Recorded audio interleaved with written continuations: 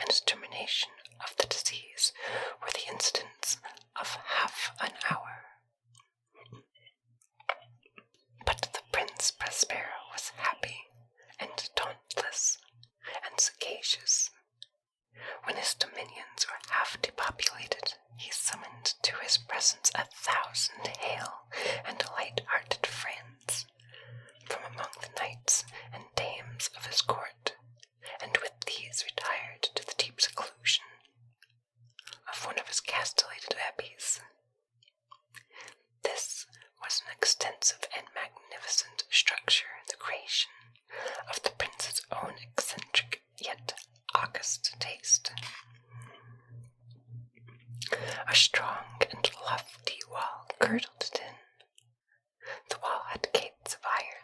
The courtiers, having entered, brought furnaces and massy hammers and welted the bolts. They resolved to leave means neither of ingress or egress to the sudden impulses of despair or of frenzy from within. The abbey was amply provisioned with such precautions, and courtiers might bid defiance to contagion. The external world could take care of itself. In the meantime, it was folly to grieve or to think. The prince had provided all the appliances of pleasure. There were buffoons, there were improvisatori, there were ballet dancers, there were musicians, there was beauty, there was wine. All these and security were within. Without was the Red Death.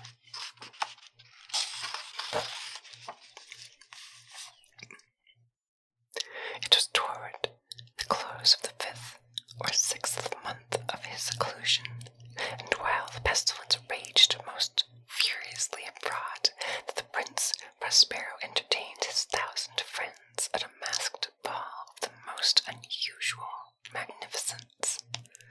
It was a voluptuous scene, that masquerade. But first, let me tell of the rooms in which it was held. There were 7, an imperial suite. In many palaces, however, such suites form a long and straight vista, while the folding doors slide back nearly to the walls on either hand, so that the view of the whole extent is scarcely impeded. Here the case was very different, as might have been expected from the Duke's love of the bizarre. The apartments were so irregularly disposed that the vision embraced but little more than one at a time. There was a sharp turn at every 20 or 30 yards, and at each turn a novel effect. To the right and left, in the middle of each wall, a tall and narrow Gothic window looked out upon a closed corridor, which pursued the windings of the suite. These windows were of stained glass, whose color varied in accordance with the prevailing hue of the decorations of the chamber into which it opened. That at the eastern extremity was hung, for example, in blue, and vividly blue were its windows. The second chamber was purple in its ornaments and tapestries, and here the panes were purple. The third was green throughout, and so were the casements. The fourth was furnished and lighted with orange, the 5th with white, the 6th with violet. The 7th apartment was closely shrouded in black velvet tapestries that hung all over the ceiling and down the walls, falling in heavy folds upon the carpet of the same material and hue. But in this chamber only, the color of the windows failed to correspond with the decorations. The panes here were scarlet, a deep blood color. Now, in no one of the 7 apartments was there any lamp or candelabrum amid the profusion of golden ornaments.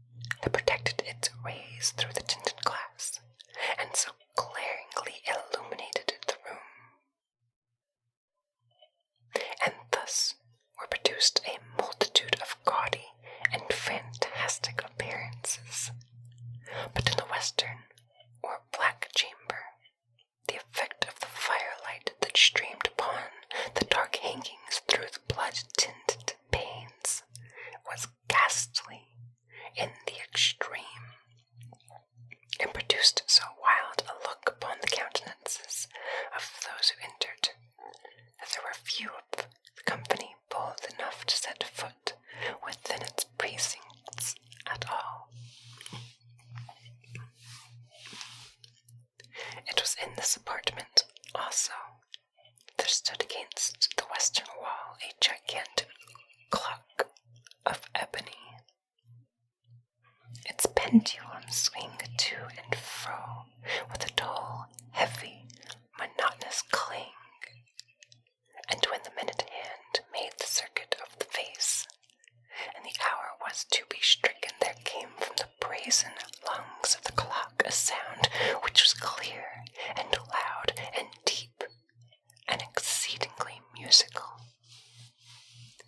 but of so peculiar a note and emphasis that at each lapse of an hour, the musicians of the orchestra were constrained to pause momentarily in their performance to hearken to the sound, and thus the waltzers perforce ceased their evolutions, and there was a brief disconcert of the whole gay company.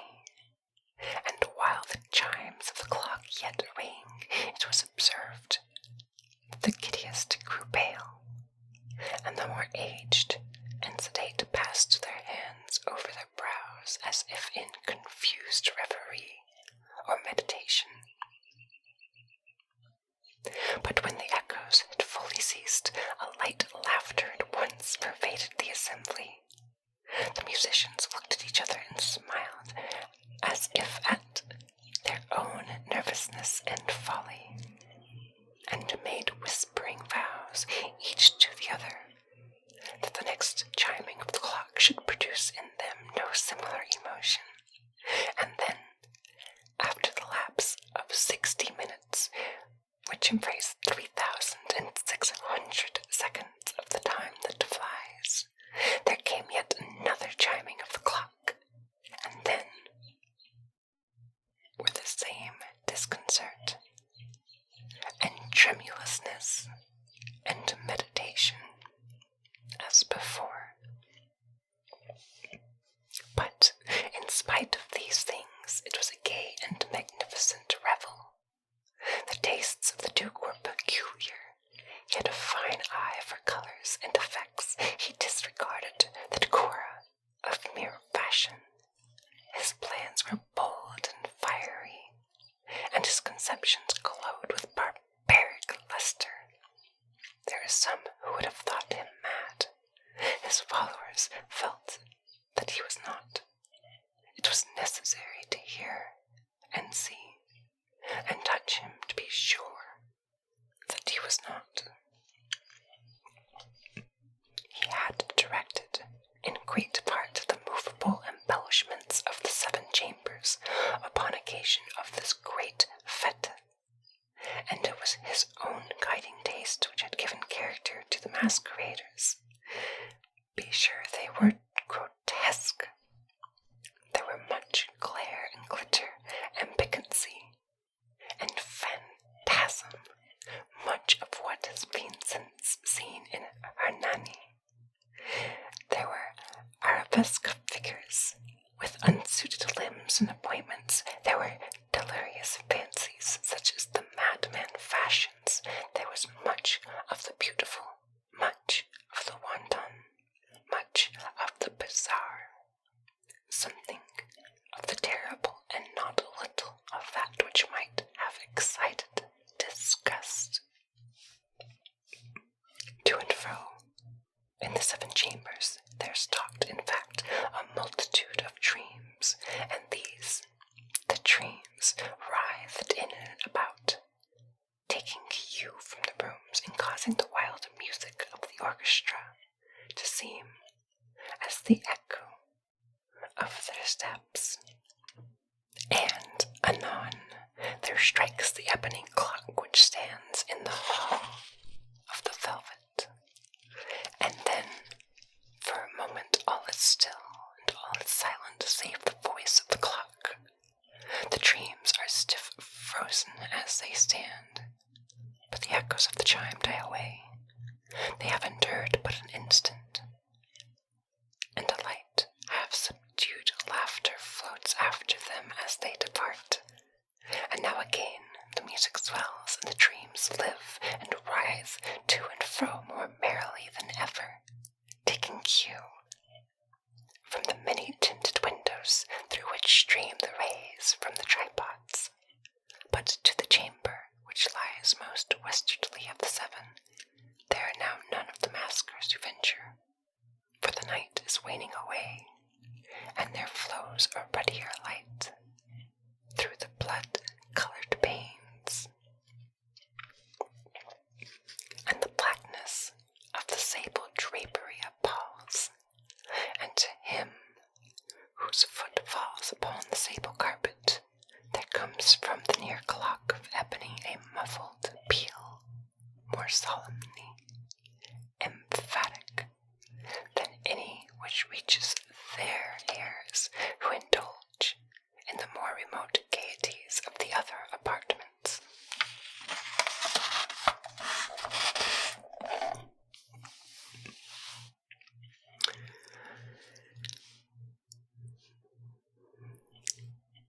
But these other apartments were densely crowded, and in them beat feverishly the heart of life, and the revel went whirlingly on until at length there commenced the sounding of midnight upon the clock, and then the music ceased, as I have told, and the evolutions of the waltzers were quieted, and there was an uneasy cessation of all things as before, but now there were 12 strokes to be sounded by the bell of the clock, and thus it happened, perhaps, that more of thought crept, with more of time, into the meditations of the thoughtful among those who rebelled. And thus, too, it happened, perhaps, that before the last echoes of the last chime had utterly sunk into silence, there were many individuals in the crowd who had found leisure to become aware of the presence of the masked figure, which had arrested the attention of no single individual before. And the rumor of this new presence having spread itself whisperingly around, there arose at length from the whole company a buzz or murmur expressive of disapprobation and surprise. Then, finally, of terror, horror, and disgust. In an assembly of phantasms such as I have painted, it may well be supposed that no ordinary appearance could have excited such sensation. In truth, the masquerade license of the night was nearly unlimited, but the figure in question had out-Heroded Herod, and gone beyond the bounds of even the prince's indefinite decorum. There are chords in the hearts of the most reckless, which cannot be touched without emotion. Even with the utterly lost, to whom life and death are equally jests, there are matters of which no jest can be made. The whole company, indeed, seemed now deeply to feel that, in the costume and bearing of the stranger, neither wit nor propriety existed. The figure was tall and gaunt, and shrouded from head to foot in the habiliments of the grave. The mask, which concealed the visage, was made so nearly to resemble the countenance of a stiffened corpse, that the closest scrutiny must have had difficulty in detecting the cheat. And yet, all this might have been endured, if not approved, by the mad revellers around, but the mummer had gone so far as to assume the type of the Red Death. His vesture was dabbled in blood, and his broad brow, with all the features of the face, was besprinkled with the scarlet horror. When the eyes of Prince Prospero fell upon the spectral image, which, with a slow and solemn movement, as if more fully to sustain its role, stalked to and fro among the waltzers, he was seen to be convulsed, in the first moment with a strong shudder, either of terror or distaste, but in the next, his brow reddened with rage. "Who dares?" he demanded hoarsely of the courtiers who stood near him.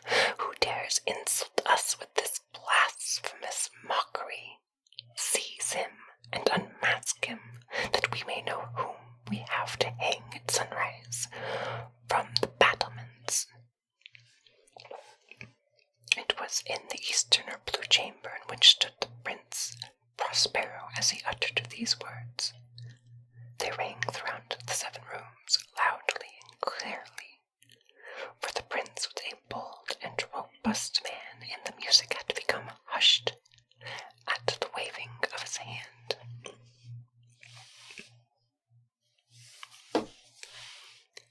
It was in the blue room where stood the prince with a group of pale courtiers by his side.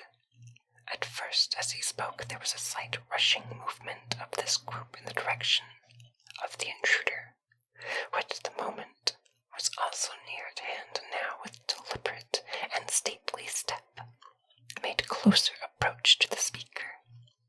But from a certain nameless awe with which the mad assumptions of the mummer had inspired the whole party, there were found none who put forth a hand to seize him, so that, unimpeded, he passed within a yard of the prince's person, and while the vast assembly, as if with one impulse, shrank from the centers of the rooms to the walls, he made his way uninterruptedly, but with the same solemn and measured step which had distinguished him from the first.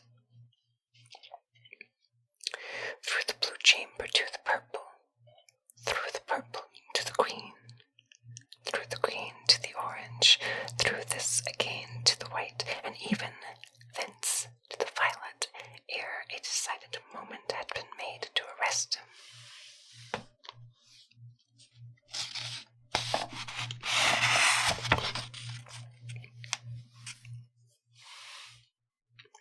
It was then, however, that the Prince Prospero, maddening with rage, and the shame of his own momentary cowardice, rushed hurriedly through the 6 chambers, while none followed him on account of a deadly terror that had seized upon all. He bore aloft a drawn dagger, and had approached in rapid impetuosity to within 3 or 4 feet of the retreating figure, when the latter, having attained the extremity of the velvet apartment, suddenly turned and confronted his pursuer.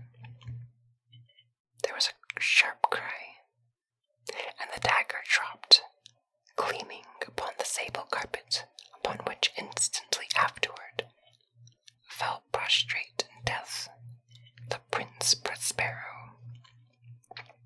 Then, summoning the wild courage of despair, a throng of the revelers at once threw themselves into the black apartment, and seizing the mummer, whose tall figure stood erect and motionless within the shadow of the ebony clock, gasped in unutterable horror at finding the grave cerements and corpse-like mask which they handled with so violent a rudeness, untenanted by any tangible form.